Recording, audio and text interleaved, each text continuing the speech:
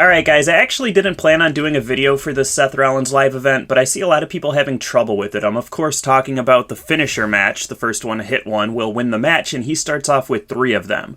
You need to be mindful of the fact that he has a super finisher that is triggered by throwing you into the corner, so he's going to try to do that any chance he gets. You have 2 options here. You can either spam circle to counter the Irish whip, or you can do what I opted to do and just bait him into running towards you and time that accordingly.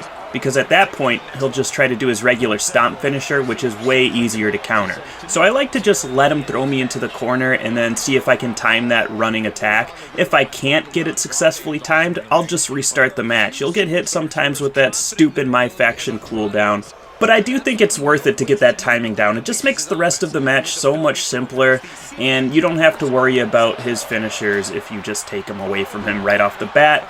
And you don't feel like you wasted your time building up your finisher only to get hit by his. It's just better for everybody. It's better for your mental health if you just get that finisher away from him ASAP. So please do. After that, all you need to do is do a crowd taunt, an opponent taunt, a signature, and then a finisher, and then you're out of here. It doesn't really matter what archetype the superstar you're playing as is. I'm a striker here, so getting 10 light strikes in is pretty easy, so I just opt for that. Whatever you do, though, make sure you hit the finisher last, because that will end the match. I know that's like a no-brainer, but I admittedly am speaking from experience here when I say that it's easy to sometimes forget that you're in a first one to hit the finisher wins the match kind of deal. So just be mindful of that.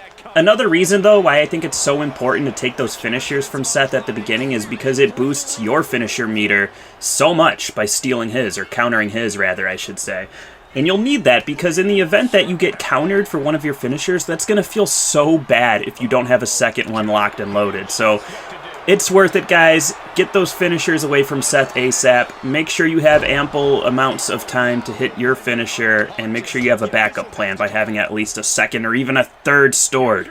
As for the Bayley version of this match, it's pretty much the same concept. She has a super finisher as well. She will try to Irish whip you into the corner. You can either spam circle, or sometimes she just gets impatient and will try to hit her regular finisher on you, in which case, just time it with triangle or Y. If you mistime it, restart the match. Don't try to attack her right off the bat. Don't try to do anything, build up your momentum. You're going to save yourself a lot of heartache if you just get her finishers away from her right off the bat. Now, this is not a finisher wins the match type of deal, but those finishers are going to be handy for you to have just in case she counters one. This is pretty much a standard match after you get the finishers away from her. Build up your MFP. You'll be able to do it rather quickly because, again, 2K was very generous in only having us get 60 MFP needed. They could have easily done 90 and been, jerks about it, but no, they gave us a bone this time around and said only 60 MFP is needed. Your mileage will vary depending on which superstar you picked, but generally speaking, you're always going to be safe with 2 taunts, a crowd and opponent, a signature, and then a finisher. That's a straightforward across-the-board strategy to get your MFP no matter who you're playing as.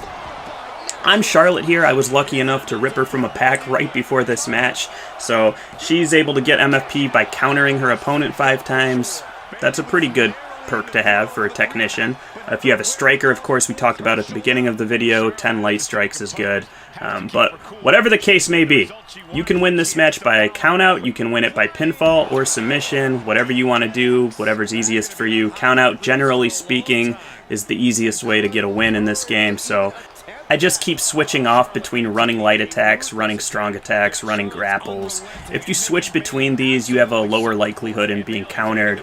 And then, once you have her down at about the 6 or 7 count, you can get back into the ring, do a wake-up taunt once their stun meter is almost completely depleted, or their down but not out meter, the little red circle that you hear me talk about every single video. Once that's almost ran up, right there at the bottom right corner of the screen, you can see that little red ring forming. Right when it's about to run out, hit up on the D-pad. That'll do a wake-up taunt and ensure your victory, and then you're out of here. That's all I got, guys. That's my advice for doing the finisher challenges that we got here. You'll be rewarded if you do them. I think the Apex tier reward is a SummerSlam deluxe pack, so it's definitely worth your time to do these. You only got a few days left to complete them, so make sure you do that. It's rare that we're getting deluxe packs these days. It seems like the rewards are getting worse and worse by the week, but that's an entirely different video. Thanks for watching, guys. If this video was helpful, let me know in the comments, leave a like, a sub, all that good stuff, and I will catch you guys next time. Until then, be well and take care. Peace.